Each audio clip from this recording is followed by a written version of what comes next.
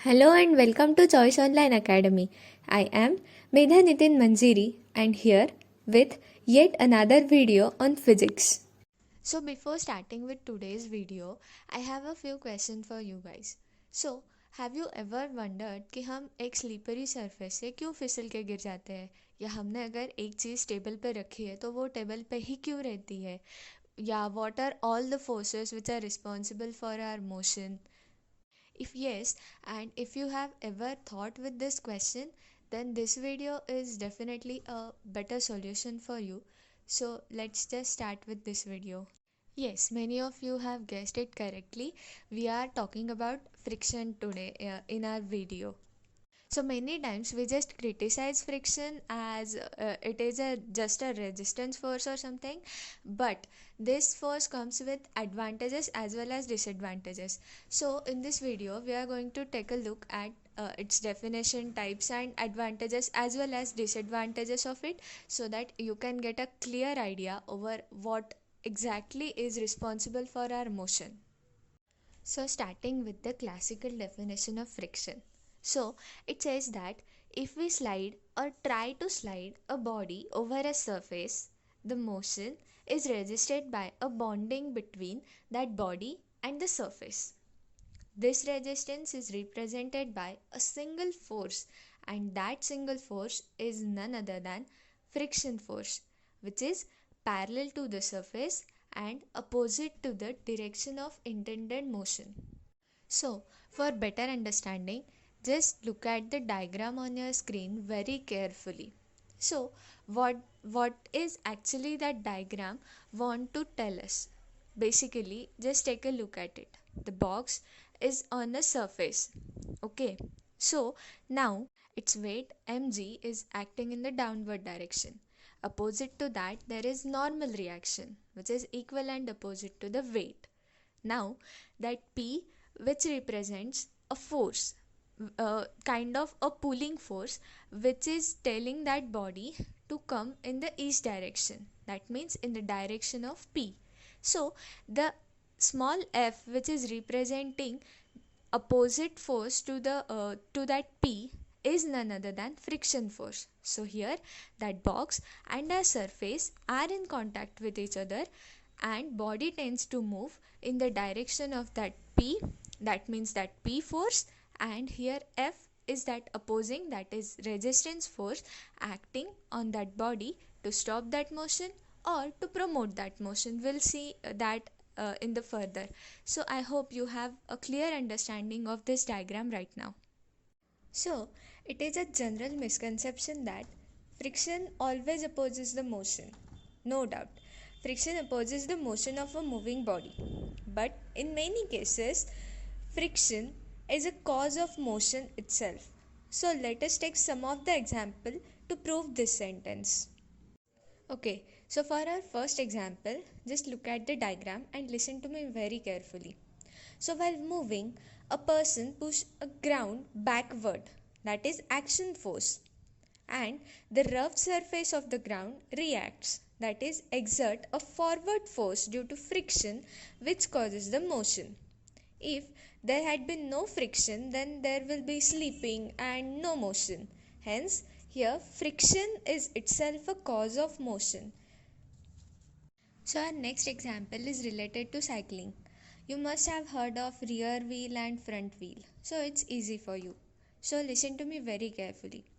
During cycling, the rear wheel moves by the force communicated by the pedaling, while front wheel moves by itself. As you can see in the diagram, rear wheel is moving by the force and front wheel is moving by itself. So while pedaling that bicycle, the force exerted by the rear wheel on the ground makes the force of friction, that is our main cause of motion, act in the forward direction, just like we have seen in the walking example.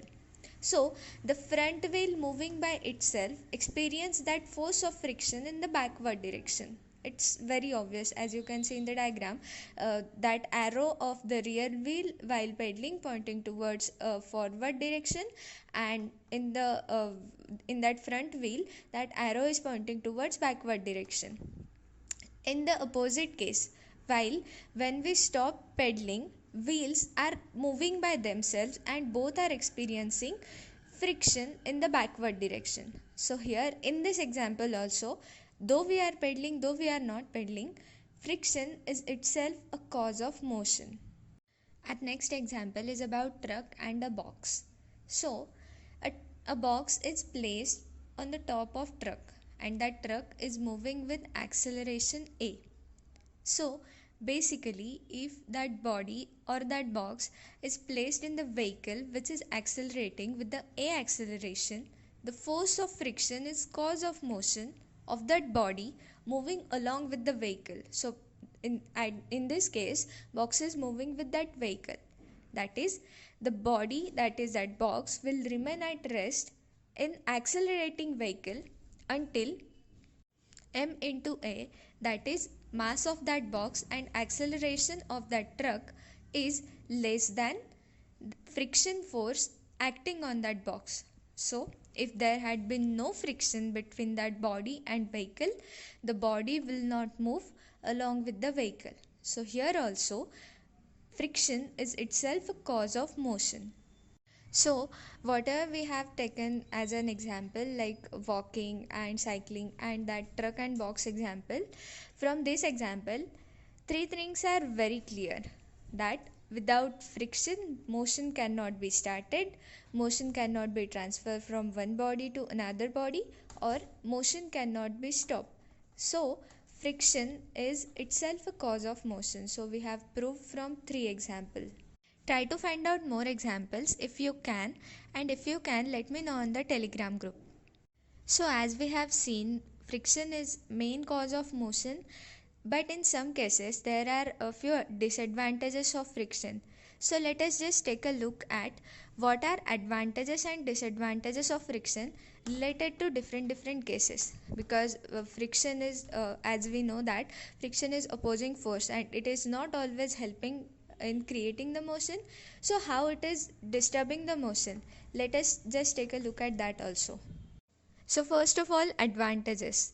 So first advantage is related to which we have taken as example in friction as a cause of motion. Basically walking. Walking is impossible without friction. Hence walking is possible due to friction. Friction is one of the responsible force while walking. Next advantage is two bodies sticks together due to friction. As we have seen third case, that is truck and that box example, that two body sticks together due to this friction. There are many examples of it, we are going to see one by one. Then there are many things like writing involved friction, and these things are not possible without friction. Also, the transfer of motion from one part of machine to the another part of machine with the help of belt is only possible due to friction. Hence, these are the advantages of friction, and in these cases, friction is very useful and cause of motion. Then, disadvantages of friction. As we all know that friction is a resistive force. Friction opposes the relative motion between two bodies in contact. Therefore, extra energy has to be spent on overcoming that friction. So, this altogether reduces efficiency of that particular machine. The next disadvantage is related to this only. So, friction can cause wear and tear of parts of machines in contact. Hence, lifetime of that machine reduces gradually. Then, for creating friction, two body needs to be in contact. Hence, frictional force results in production of heat energy, and that heat energy may cause damage to the machines. So till now we have a clear idea on what is friction actually, with some of the cool examples. Then how it is a cause of motion and how it opposes the motion also. So let us just take a look at what are types of friction actually one by one. First type of friction is static friction. So what is it actually?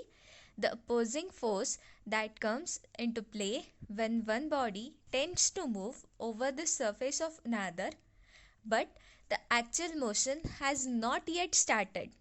then that friction is called as static friction. So, to understand this better, just take a look at the diagram on your screen very carefully. Here, P is a kind of pulling force. Then, if that pulling force is applied on the body and body remains at rest, then static friction is equal to that pulling force. In the second case, if that pulling force is totally zero and body is at a rest, then friction force is also zero. So from here what we can understand is that static friction is a self-adjusting force. It can adjust everywhere because it changes itself in according to the applied force, which is equal to the net external force. Then second type is limiting friction of force. So this force is directly related to the static friction which we have seen earlier. So just listen to me very carefully. So as we have seen some conditions in static friction, if that applied force is increased, the static friction also increase. Obviously, if applied force exceeds a certain value, that is maximum value, body starts moving. That maximum value of the friction force up to which body does not move is known as limiting force of friction. Before going any further, there is a term to be introduced, that is coefficient of static friction. So basically a simple definition of it, coefficient of static friction is a ratio of force of limiting friction to the normal reaction, and as it is a ratio, it has no dimension and no unit, and value of coefficient of static friction depends on material and nature of surface in contact. That means whether wet or dry or rough or smooth, polished or non polished. But value of coefficient of friction does not depend on the area of contact. Okay, so there is a property of limiting force of friction, that is magnitude of limiting friction between any two bodies in contact is directly proportional to the normal reaction between them. That is, F is directly proportional to the normal reaction, and here constant is our coefficient of static friction. Hence, force of limiting friction is equal to coefficient of static friction into normal reaction. Also, direction of force of limiting friction is always opposite to the direction of motion of that body. Then next type of force, that is kinematic or dynamic force. So basic definition, if the applied force is increased further and sets the body in motion, the friction opposing that motion is known as kinetic friction. Here also kinetic friction depends on the normal reaction and the same formula. But here one more term is introduced, that is coefficient of kinetic friction, which is actually the ratio between force of kinetic friction divided by the normal reaction of it. Hence force of kinetic friction is equal to coefficient of kinetic friction into normal reaction.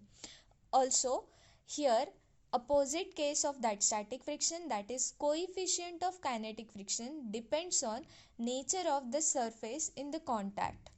Also one more property of kinetic friction, that is it does not depend on the velocity of that body.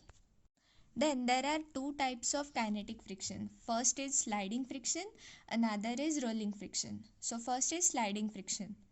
In the sliding friction, the opposing force that comes into play when one body is actually sliding over the surface of another body, that friction is known as sliding friction. And for example, a flat block is moving over a horizontal table. Then rolling friction. When an object such as a wheel or disc or ring, sphere or cylinder rolls over a surface, I'm repeating again, rolls over a surface, that force of friction is known as rolling friction. So basic difference between both of them, sliding means a flat surface is moving on the another flat surface, and rolling friction, that means a curved object is rolling on any surface. Okay, so these are the basic terms related to the friction. If you want to solve any numerical based on this friction and all, you have to know these facts and definitions of it. Then there are some drawing of free body diagram and calculation stuff. So we are going to see that in the next video. Till then, if you have any doubt, ask us on the Telegram group. Hope you like this video. Till then, keep studying. Thank you.